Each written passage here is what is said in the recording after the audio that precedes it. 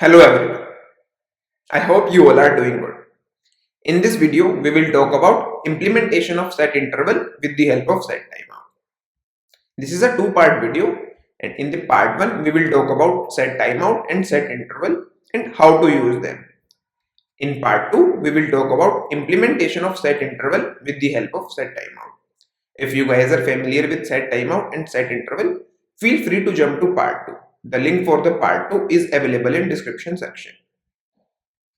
Without wasting any more time, let's talk about SetTimeout and SetInterval first. You can think of both these functions to be as timer functions that helps in scheduling or delaying a function call. Both of these functions are not available in ECMAScript specification, but the use case of both these functions is so vast that they are supported by all the browsers and Node.js. We'll start with SetTimeout first. You can think of SetTimeout to be the function that helps in executing a function after a certain amount of delay, but only for one time. Here is the syntax of SetTimeout. Here you can see that it takes n number of arguments, where first argument is required. It can either take a function or a string of code. The second argument is optional. This is delay and it is a timer in milliseconds. Rest all arguments are optional and are passed as parameter to the callback function at the time of its execution. SetTimeout returns us an timeout ID. We'll talk about the use case of this timeout ID in the later part of the video. This is all about syntax of SetTimeout.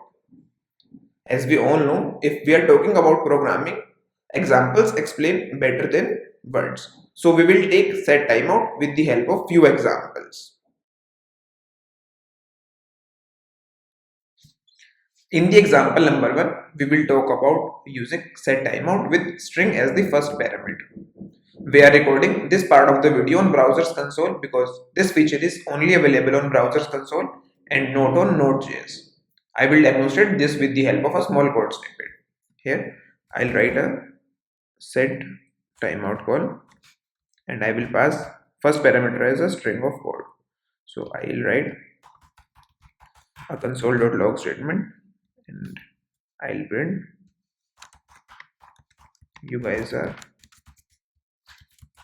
awesome from here, and I want this to be printed after 2 seconds, so I will pass 2000 as milliseconds from here. Now I will call this. Here you can see that you guys are awesome is printed after 2 seconds. JavaScript internally uses eval function to execute this string of code, and use of eval makes your code slow, it makes your code less secure, also it makes your code less readable and less maintainable. That is why use of this syntax is not recommended. In the example number 2, we will talk about passing function as the first parameter to SetTimeout function. Here you can see that we have a greeting function defined that will console.log hello Puneet and nothing else. Now we will pass this function to SetTimeout.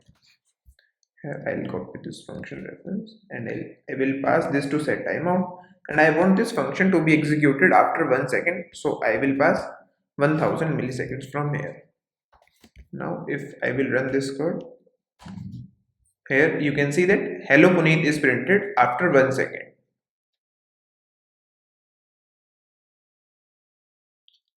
In example number 3, we will talk about passing arguments to the callback function. Now here I'll add name as the parameter to this function, and in place of Puneet I'll print the value received from name. And also while calling this SetTimeout, I'll pass third argument as name, let's say Saloni. So if I will execute this program now, you can see that hello Saloni is printed after 1 second.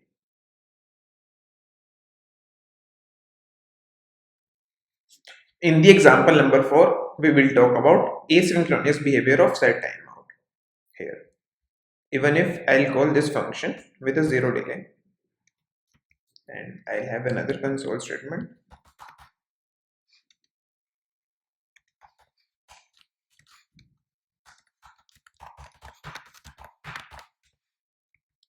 After SetTimeout call.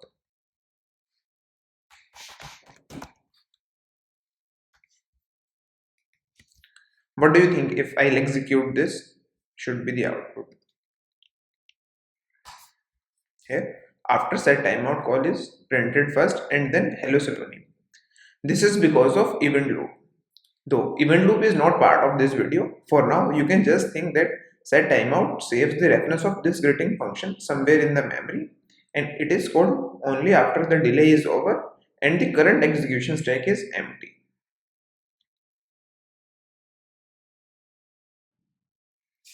In the example number 5, we will talk about cancelling a scheduled function. So here in this example, you can see that we are scheduling the greeting function after 1 second. So set timeout function returns as a timeout ID. Now we will save this in a variable. Now JavaScript also provides us a clear timeout function in which we can pass this timeout ID to clear the timer.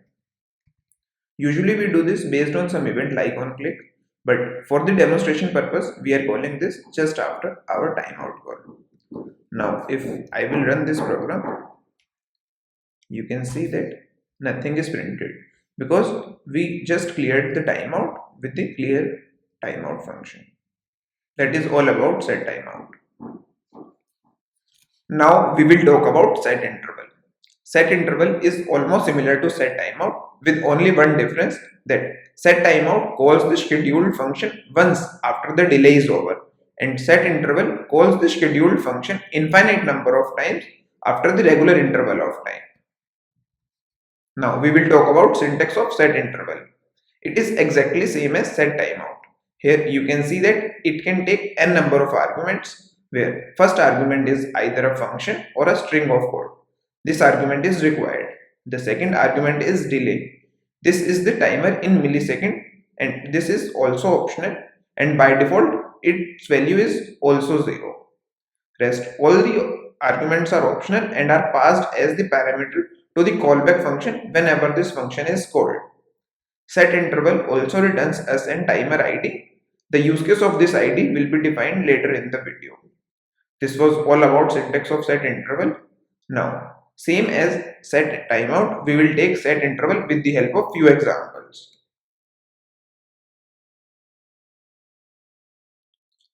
In example number 1, we will talk about passing string as the first parameter to set interval function.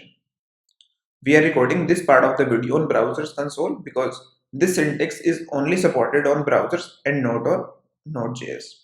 So I will write a small code to demonstrate this. I'll call the set interval function with this string. Now I will write a console statement. And I'll write a message. You guys are really awesome. And I want this to be printed after 2 seconds. Now if I'll call this statement, you can see that you guys are really awesome will be printed after every 2 seconds.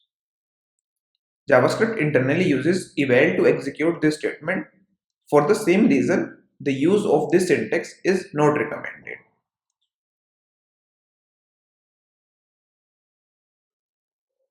In example number 2, we will talk about passing function as the first argument to set interval function.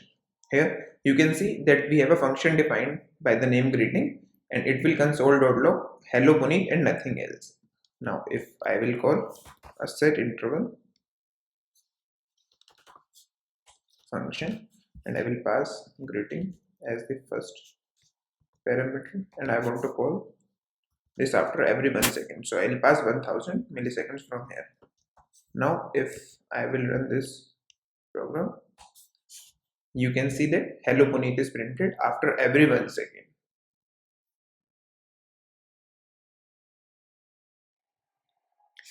In example number 3, we will talk about passing arguments to the callback function using set interval. Now in this example, I'll pass name as the argument to my greeting function and in place of Puneet, I'll print name from the arguments. Now this time I'll pass name as Himesh from here. Now if I will run this program, you can see that hello Yomesh is printed after every 1 second.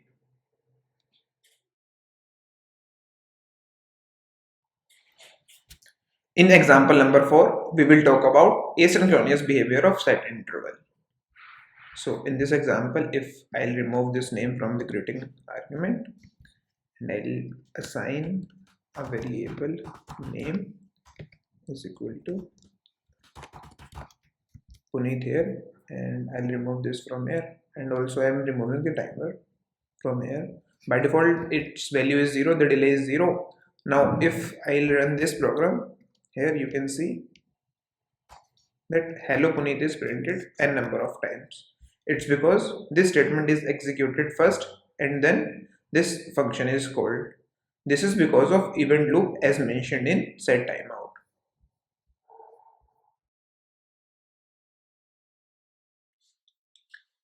In example number 5, we will talk about cancelling a scheduled function using SetInterval. So let's say we want to execute this function 3 times after every 1 second. Now we need a counter, so I'll maintain a counter and initialize it with 0. After every time this greeting function is called, I will increase the counter by 1. So counter plus plus. Now inside this function only, I'll check if the counter is greater than or equal to 3. I will clear. So this is the function that is used to clear the interval. So it needs an ID. So I need the ID from the return of this SetInterval function. So I'll pass this interval ID to the clear interval function. Just for the clarity, I'll move this declaration to the top of this function. I'll just assign the value to it. Now if I will run this program, you can see that hello Puneet will be printed 3 number of times after every 1 second. So this was all about example number 5 and SetInterval. If you guys are working with SetTimeout or SetInterval, there are few points that you should always keep in mind. First one is execution context. By execution context, I mean the callback function passed inside SetTimeout or SetInterval is called with different context. By default, its value is Windows in the case of browser and global in the case of Node.js. So if you want to use your current execution context, you should first bind your execution context to the callback function and then pass it to SetTimeout or SetInterval. The second one is the delays can be longer than the specified time. There are a lot of reasons for this, like your context switching time. If your current stack is busy with something, then it may take a little longer time. So you cannot rely 100% in terms of accuracy for the time. This was all about part 1. In the next part, we will talk about implementation of SetInterval with the help of SetTimeout. If you guys have liked the video, please hit the like button. Do subscribe to our channel if you want to watch more videos like this. Please write down your feedback or suggestions in the comment section. See you in part 2. Thank you.